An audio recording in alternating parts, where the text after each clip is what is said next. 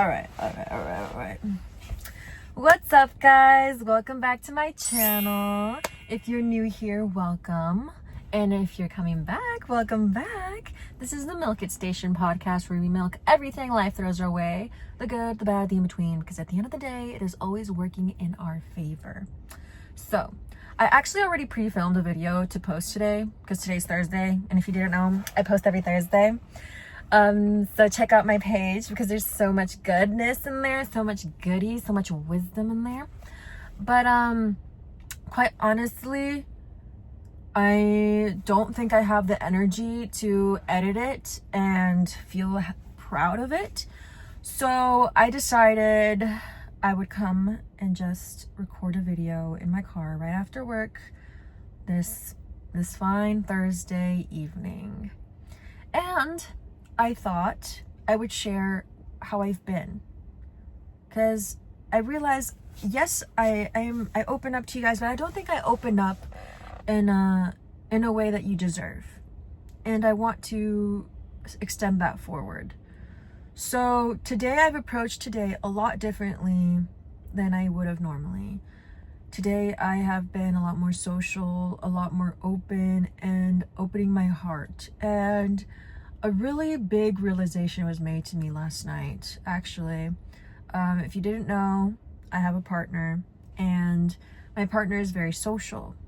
And me, as a Latino woman, and as a woman with her own past of lots and lots of heartbreak, with friendships and relationships, and feeling deceived and all of that, I guess I'll just provide a little bit of context. I was bullied a lot in high school, and I never fit anywhere. And when I would be naive and show up as just myself, which was just very kind and open-hearted and quite frankly, a bit naive. And people would take advantage of that. I would try to trust and confide in someone, and they would turn around and use it against me, or team up against me.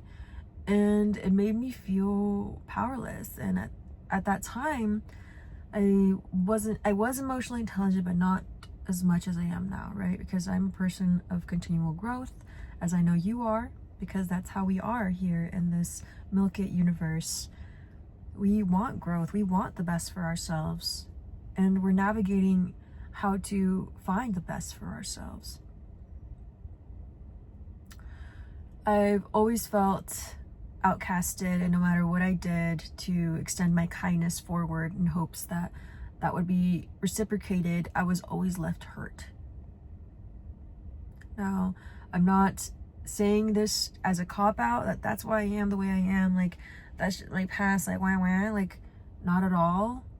But I think it's very important for context and to be open about my experiences. So, contrasting my upbringing, just a glimpse of it, right, versus my partner's upbringing, it is very contrasting, and it affects my boundaries, it affects my comfortability levels, and as well as for them, right? So what I'm getting at is I made a big realization that I can't always be so cutthroat. I'm grateful that I've been cutthroat in the situations I needed to be. Instead of being reactive emotionally, I've learned to be discerning and swift and clean. As in shink. All right, you disrespected me. I peeped what I needed to peep, and I'm going to dip now because it's self-respect now. It was pattern recognition that led to self-preservation, because I just couldn't keep being walked all over, which I'm grateful that I learned. But that doesn't mean my learning ends there. It doesn't mean that maybe that was true for me for a past version of me, but that doesn't have to be true for me for this version of me, for the version of me in the future. Now, I've been the type in the past to be extremely loyal to a default, to my detriment, my own detriment. so loyal and so justly minded, me being a Libra, like if I expect my partner to not talk to the opposite gender, then I will hold myself to the same standard. And the video cut off due to storage, but I'm back. I think I was saying, in my experience building friendships with men and wanting it to only be friendship, it would end in them liking me. So this created a narrative in my mind that was confirmed time and time again, that men and women simply cannot be friends. And I tested that theory and I was proven right time and time again. But acting that way is only hurting me. I get to set the boundaries and my limits by the way I act and maneuver. If I set a boundary with an individual, I have no interest in anything beyond friendship or, being kind and human. Because I think I've denied myself being human, more human than I can be. Like, I could be more human. You know what I mean? I've noticed I've taken this mechanism of being very self-preserving and very observant and letting things come to me, letting people come to me. But I can't always live this way. But this is not to say I have actually no regret of the people I have left in the past. I think it was meant to be. And I'm grateful for the experiences and I'm glad that they're over. But in this new chapter, I am learning to soften. I'm learning that softening up isn't regressing all of the things that I've already learned. It isn't denying my discernment. It isn't denying the knowledge that I have and my observing skills and my critical thinking skills and my survival skills. But that's the thing. I'm done surviving. I'm ready to live. And I've denied myself that for too long. And so having this conversation with my partner really made me realize how the ways I've been holding myself back. Holding myself to a standard to not be hypocritical and expecting the same back. Sure, I'm not being a hypocrite, but who is that hurting? And so today I approached the day wildly differently. And immediately I noticed results, which was crazy. The way people would react to me, the way the workday flowed, the way the connections I built, insane.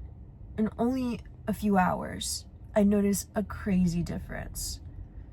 And I'm like, wow, this is what I've been missing out on. Now, don't get me wrong, I was actually anxious at times. Like, I think I'm really good at it. I think I'm good at communicating. I'm really good. I'm really professional, and I've always been very professional in the work setting. I'm like, we're not going to talk about Target days, okay? That's Target, okay? We don't talk about Voldemort, okay?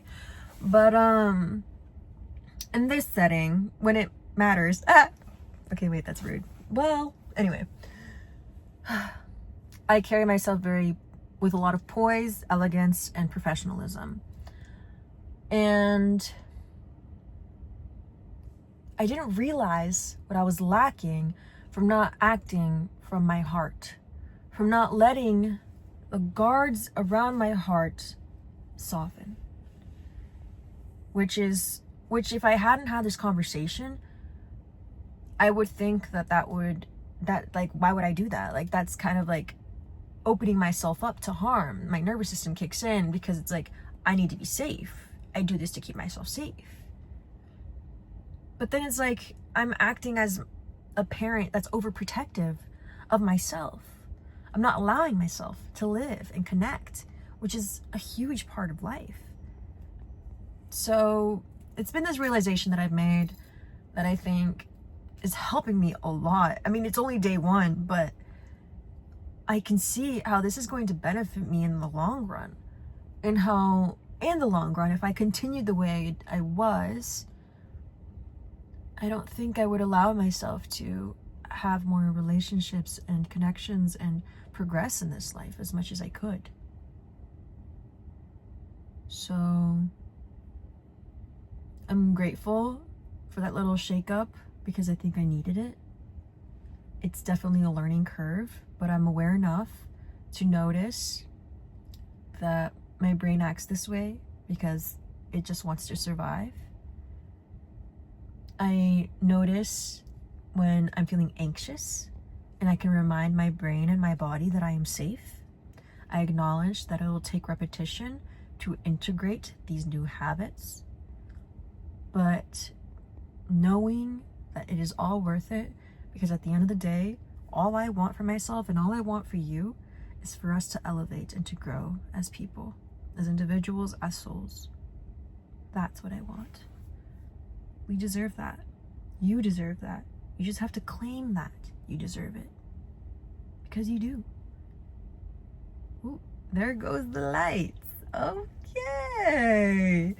This is going to be a short message. I'm going to end it here. The other video, I'm going to go through and edit it, but I don't like feeling like I'm just editing it really fast and then throwing it out there. And I feel like I owed you guys a little bit more of an intimate one-on-one. So thanks for watching. If there's ever anything you want me to cover, please let me know. Excuse me. Confirmation burp? Okay. And actually on my way home, I was watching this video by Jadina. If you know, you know. Let me know if you know Miss Girl Jadina, because I love her videos. She does channel messages in her car. And she was talking about kenosis, which has to do with emptiness. And if you arrive empty, you will be filled. Sometimes pre-planning and thinking too far ahead sets us back. There's a time and a place for it, but there's a lot of times where you just have to show up and the rest will follow. So that's what I did today, and I'm glad that I did. I'm not sure what the result will be, but I'm glad I listened to that inclination. And this video isn't gonna have minimal edits, minimal cuts, just like enough for it to flow smoothly for the viewers. But thank you, Milkies. Thank you for tuning in, and I'll see you next Thursday. Mwah. Bye. Take care of yourselves.